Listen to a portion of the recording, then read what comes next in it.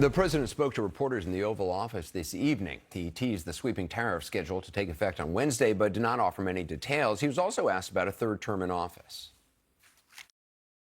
If you were allowed, for some reason, to run for a third term, is there a thought that the Democrats could try to run Barack Obama against you? I'd love that. For his third term? Boy, I'd love that. That would be a good one. I'd like that.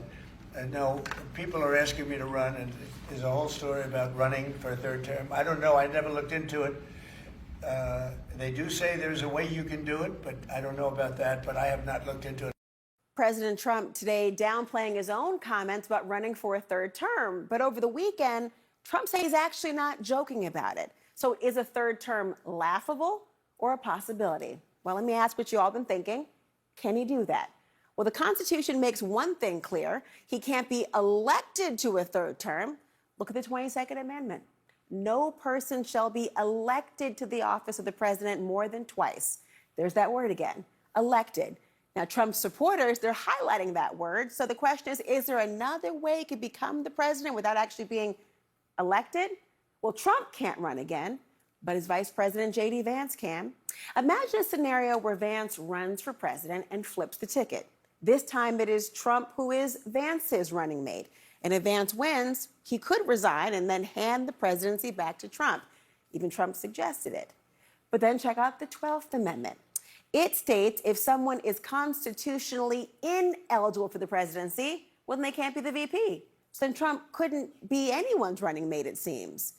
But then say Vance wins with a different running mate, and then that VP resigns. Well, the 25th Amendment says the president can choose a different VP, and as long as Congress gives the thumbs up, well, could that be Trump? These are all hypotheticals. And even Senate Majority Leader John Thune says that Trump can't serve another term without, quote, a change in the Constitution. And they could change the Constitution, but it's no cakewalk, my friends. You got to pass by 2/3 of Congress, ratified by 3/4 of the states. But longtime Trump ally Steve Bannon has a response to that cakewalk. We're working on it. We want Trump in 28. That's what they can't stand. A man like Trump comes along only once or twice in a country's history, right? All right. Hold on. Hang on. What do we have to do to get Trump 2028? We gotta show up and stay loud. Exactly. We got to maybe work the Constitution too. Although I think there's a way to slip through there, but you never know. I'm a firm believer that President Trump will run and win again in 2028. You know he's term limited. How do you think he gets another term? We're working on it.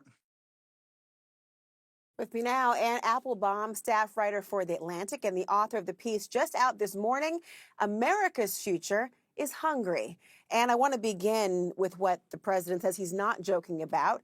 Why is it so difficult for people to believe he might be serious about seeking a third term?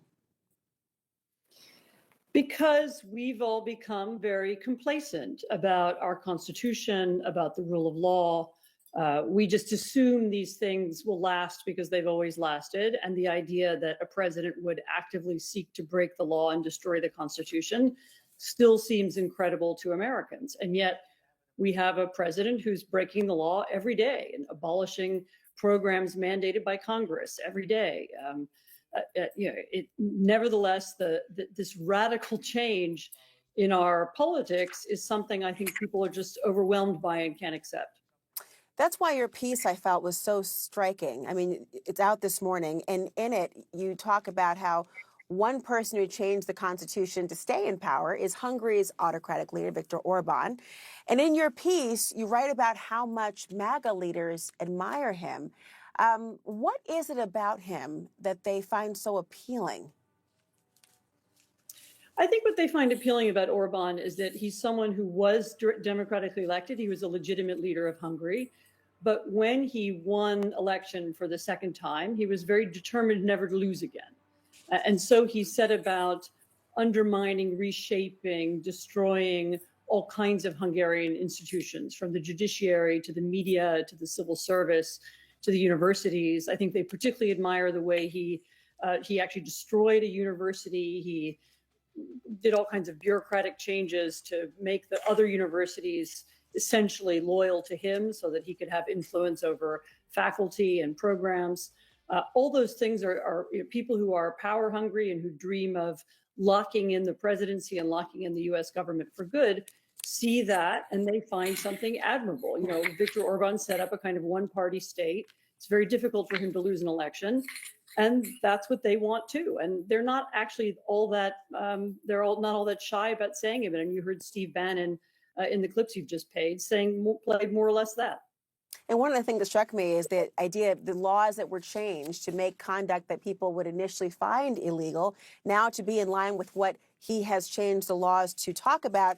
And you write about how that America is spinning quickly in the direction of Hungarian populism, Hungarian politics, and Hungarian justice. But that means Hungarian stagnation, Hungarian corruption, and Hungarian poverty lie in our future too. So what kind of impact has Orban's rule actually had on his country? This is very rarely looked at. A lot of people have written about Orban's language about immigrants, about his defiance of the European Union, about his role trying to court Trump and other European far-right political leaders and political parties. Not that many people look at what actually happened in Hungary. And what happened in Hungary is that it became one of the poorest countries in the European Union. It's stagnating, very poor healthcare, very poor education.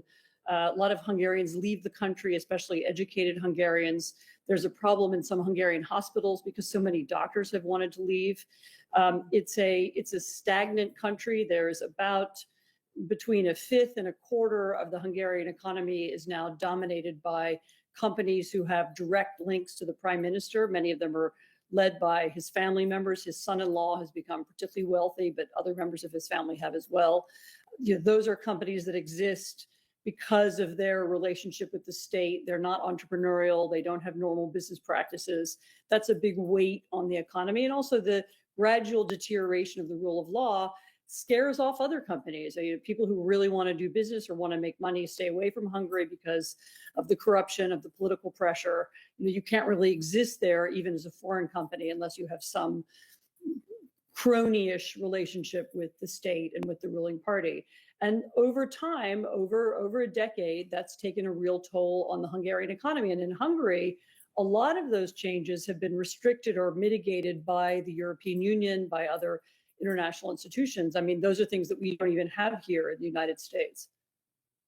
It's striking, and people would be very prudent to read this and really reflect on, be careful what you wish for and who you admire if you don't look past the initial personality and the impact on the country instead. Anne Applebaum, a pleasure. Thank you. Thank you.